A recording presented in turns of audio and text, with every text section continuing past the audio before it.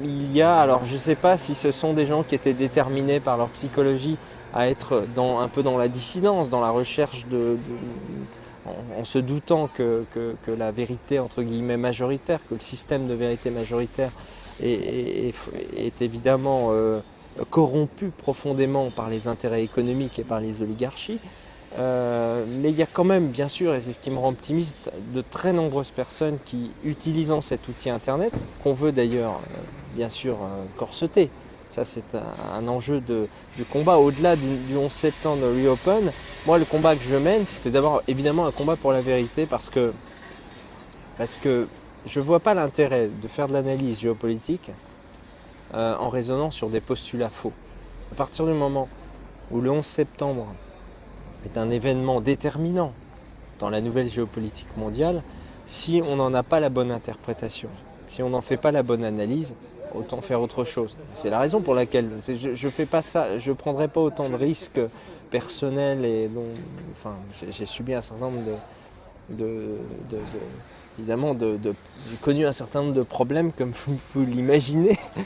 Mais on peut en parler. On peut en parler par l'exercice de cet effort de liberté de jugement, d'analyse. Mais il est évident que l'enjeu au-delà du 11 septembre, c'est la question des libertés individuelles. Parce que si on peut organiser le 11 septembre et tromper le peuple comme ça, et ensuite, au nom de sa sécurité, tout faire, c'est un totalitarisme. Je n'exagère pas sur le mot, c'est un totalitarisme d'autant plus efficace qu'il est invisible pour beaucoup de personnes. Parce que les uniformes nazis et soviétiques, la botte nazie et soviétique, le soviétique était visible. C'était un totalitarisme dur, visible, qui tuait des gens. Là, on tue les gens différemment. On les tue socialement, on les tue aussi physiquement, parce que les services exécutent énormément de gens, en particulier de témoins du 11 septembre, qui avaient des versions très différentes des conclusions de la commission d'enquête. Et ce totalitarisme invisible, c'est le tout technologique. C'est qu'on va, au nom de notre sécurité, faire de nous des numéros géolocalisables à tout moment, à tout point de la planète, que aujourd'hui, moi qui voyage beaucoup, bien on connaît, mes adversaires ou ceux que je gêne éventuellement connaissent tous mes déplacements. Je ne vois pas comment je pourrais faire en sorte, puisque l'Union européenne, par exemple, transfère régulièrement des données sur mes voyages. En tant que citoyen français et européen, mes voyages sont transférés depuis le Patriot Act et les accords entre l'Union européenne et les États-Unis, et aucun citoyen européen n'a été consulté pour ça. Donc il y a une privation de liberté progressive qui est très très inquiétante, et je crois que ça c'est un enjeu politique pour le coup qui dépasse la question de la géopolitique.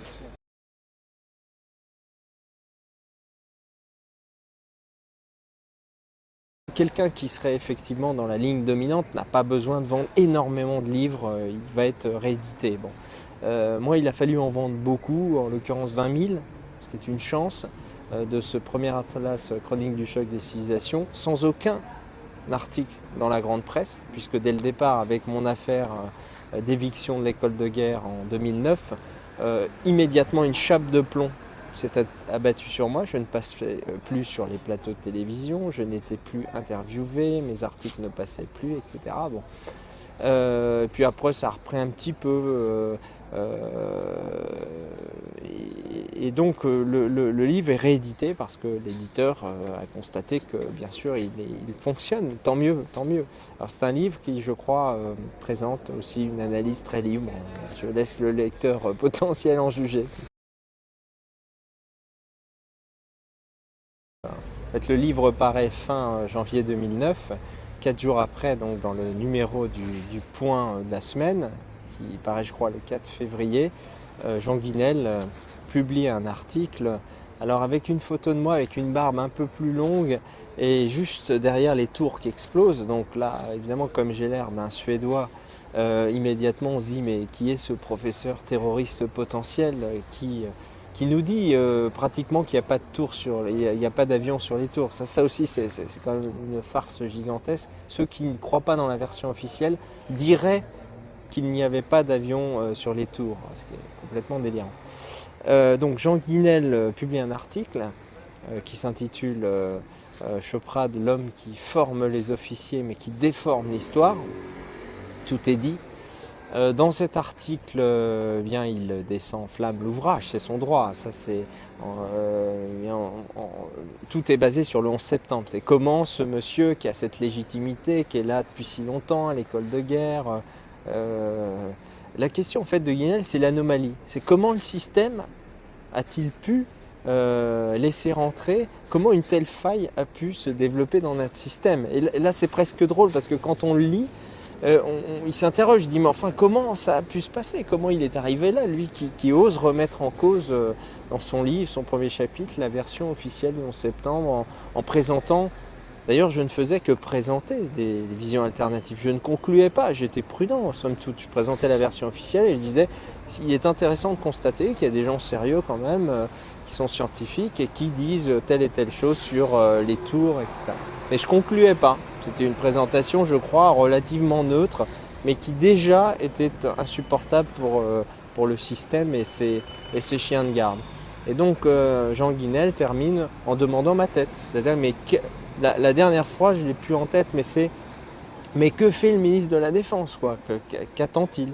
Il ne va pas attendre longtemps, puisque, obéissant à Jean Guinel, le lendemain, il déclare sur le porte-avions Charles de Gaulle, pendant un point presse, que je suis viré, que ce monsieur n'a rien à faire dans le système de défense français. Voilà. Puis ensuite, il y aura des débats. Je ne me laisse pas faire, donc j'attaque le ministère de la Défense. Ça dure 2 ans. La décision de Morin, Morin aura été débarqué d'ailleurs avant que la décision n'arrive, mais la décision de Morin donc est cassée le 1er juin 2011 par le tribunal administratif. Ce qui ne me réintègre en rien, puisque de toute façon, peu importe les décisions de droit, après tout, l'État fait ce qu'il veut. Donc. Moi, ce que je dis aujourd'hui, évidemment, c'est difficile de dire je sais exactement comment ça s'est passé, parce que je n'y étais pas. Et c'est très complexe, justement. L'ensemble de l'organisation de ces attentats, il y a plusieurs volets, il y a ce qui se passe sur les tours, il y a le Pentagone. Bon. Il y a les dimensions, proprement terroristes, il y a la dimension financière avec les délits d'initiés. Bon, il y a de nombreux volets dans ces attentats. Ce que je dis en l'état, c'est que dans les systèmes d'explication qui sont proposés, le moins plausible et le moins possible, j'insiste, c'est celui défendu par la version officielle et par les tenants majoritaires dans le système occidental. Voilà. C'est le moins possible par l'histoire même du terrorisme, de la collusion entre la CIA et l'islamisme fondamentaliste. C'est le moins possible pour des raisons techniques parce que la boucle, le virage du Boeing en direction du Pentagone, l'angle d'attaque, etc. n'est absolument pas crédible pour n'importe quel expert aéronautique.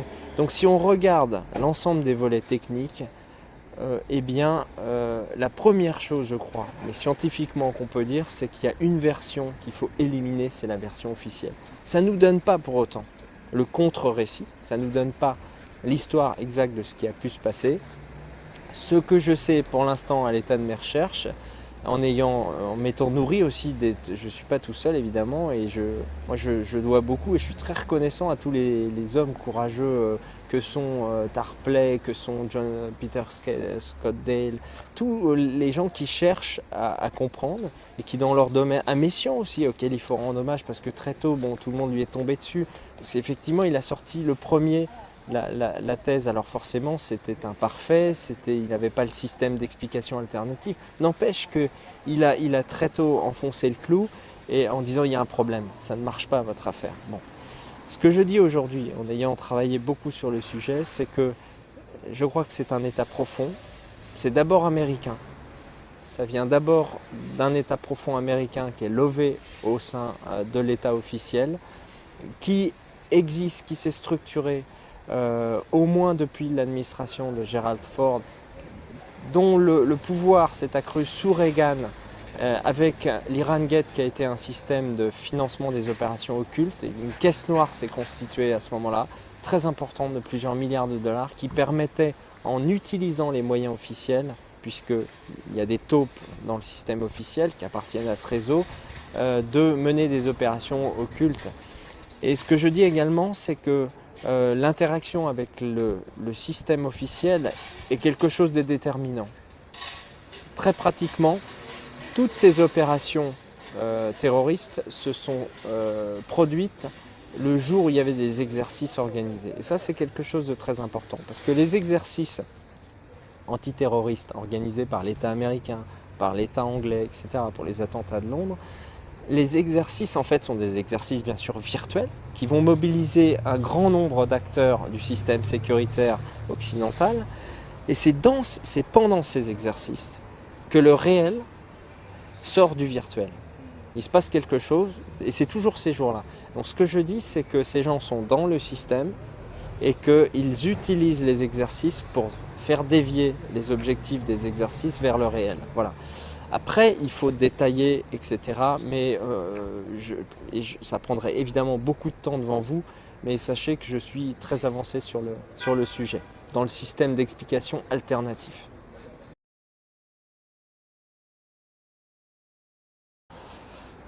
Moi, ça ne me touche plus parce que franchement, c'est tellement, c'est tellement ridicule et c'est tellement classique. Ça fait partie du système de décrédibilisation que j'évoquais, qui fonctionne pour les régimes comme pour les individus. Il est évident qu'il y a des gens qui sont de droite, de gauche, de sensibilités différentes. Pour moi, ce qui compte, c'est que ce sont les gens qui cherchent à comprendre, qui pensent telle ou telle chose sur tel ou tel sujet. Peu m'importe, ce qui m'intéresse, c'est que ce sont des gens sur ce sujet et sur un sujet qui est capital, qui est la compréhension de la place du terrorisme international, de ce concept qui pour moi est fabriqué par un État, les Américains, dans la géopolitique mondiale. C'est ça qui est important. Sur les idées, vous savez, moi je suis un homme effectivement sur la question, sur certaines questions qui sont liées à l'identité, à la civilisation.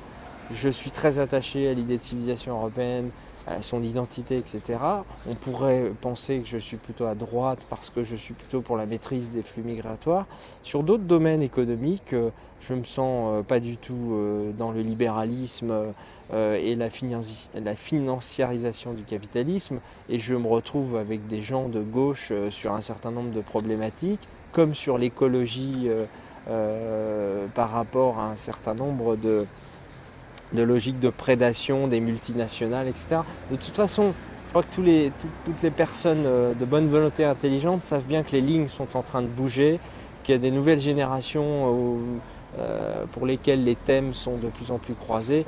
Et donc, je crois qu'il ne faut pas faire attention à ces critiques, elles sont ridicules, au point d'accuser quelqu'un d'aussi indépendant, libre et intelligent que Mathieu Kassovitz de négationnisme.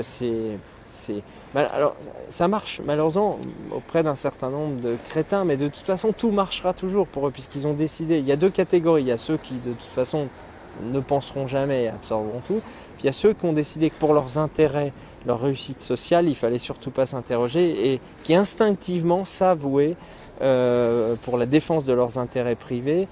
Ça c'est l'esprit pour le coup un peu bourgeois, petite bourgeoisie, défense des intérêts privés. Donc ils auraient une espèce d'instinct de protection qui les mènerait vers la conformité. Voilà. Nous ne sommes pas des conformistes et on l'assume. Et puis après tout, c'est pas non plus très surprenant que les milieux dissidents sur le 11 septembre se recrutent plutôt chez des écolos, des gens qui sont qui ont poussé leur système politique un peu plus loin que d'autres à gauche ou à droite. Parce qu'au fond, c'est des gens qui sont plus sur le terrain de la conviction que de l'intérêt. Et ça touche aussi à la psychologie des personnes. Parce qu'il y a des gens qui ont les idées de leur psychologie, c'est-à-dire qui font passer les intérêts, le conformisme social, la réussite personnelle, comme un système de valeurs supérieur à la générosité, la défense des identités du monde, etc. Donc pour moi, c'est un non-sujet, cette accusation, elle ne fait pas sens.